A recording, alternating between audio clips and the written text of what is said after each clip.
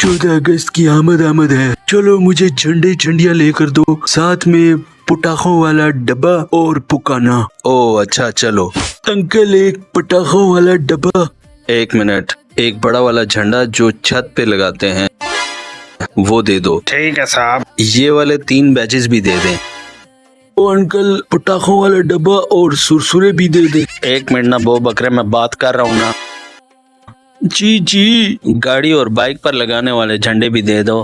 Uncle पटाखों वाला डब्बा और सूतर बम। कम ऑन बो बकरे, कीप क्वाइट। अच्छा तो भाई साहब पाकिस्तानी झंडे वाली प्रिंटेड 2 टोपियां भी दे दें।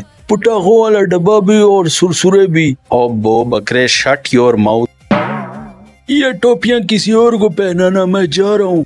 अच्छा बो बकरे नाराज ना हो यार भाई, पटाखे वाला डब्बा और सूतर बम भी दे दो। बेचारा बो बकरा जश्न आज़ादी मनाएगा पटाखे बजा के।